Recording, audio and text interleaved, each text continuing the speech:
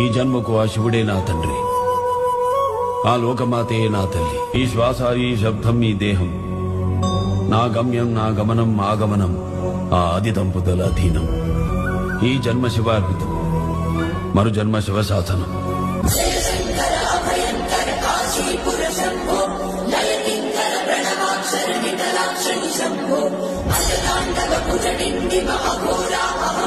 Shiva